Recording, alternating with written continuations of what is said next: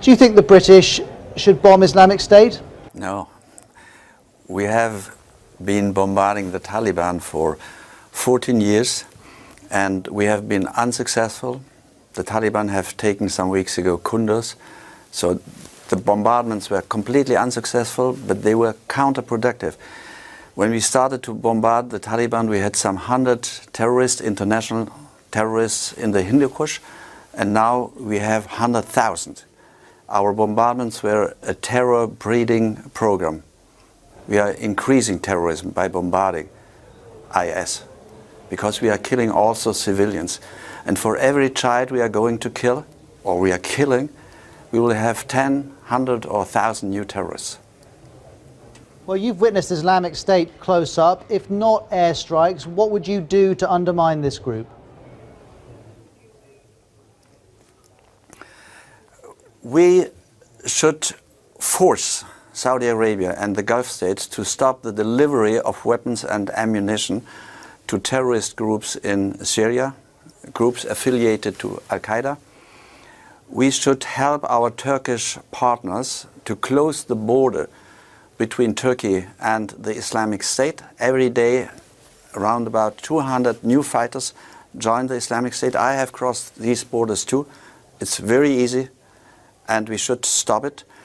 And the third point is, ISIS is cooperating with groups in the population of Syria and in Iraq, which are excluded of the political process in their country. Well, you could pursue a long-term deal in Syria. You could pursue making it harder for people to cross the Turkish border. But in the short term, wouldn't it be effective if there are focused airstrikes on certain positions, particularly in Raqqa, which Islamic State has, just to undermine this very notion that this is a functioning state? No. For two reasons. The first reason is in Raqqa live now only 200,000 people. The rest has left the city. And there are only 2,000 terrorists, ISIS terrorists left.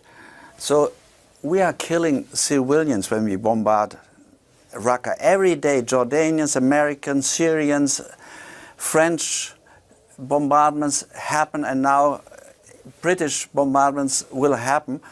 And you will not only hit military targets. The French, for example, which started some days ago to bombard Raqqa, I was in Raqqa, they hit a factory and killed many workers in this factory. They attacked a hospital and killed many kids. And in all the websites, in the internet, you can see the photos of these injured and killed people, children of Raqqa. And I said, for every child we kill in Raqqa, we will have more terrorists in the world. And therefore the strategy is wrong. And the terrorists don't march, they don't walk like a regular army. Their strategy is not to give us a target. So they work in little groups of 1 or 2 or 3 people. And they don't live all together in the same place. They live in some 100 apartments. I lived in one of their apartments. And when I was in Raqqa, we were bombarded also.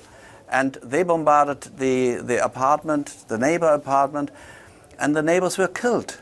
And these were civilians.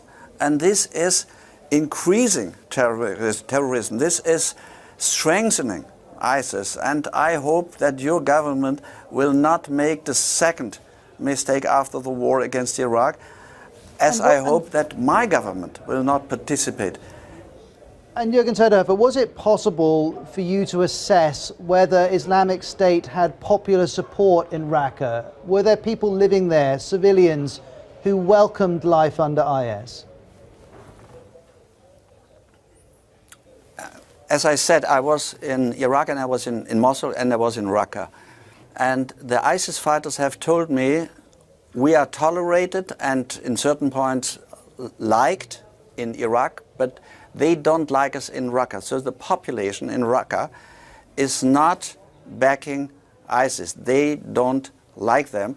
The reason is 70% of the fighters of ISIS in Syria are foreigners, though they are seen as a foreign occupation. This is the main reason why they are disliked.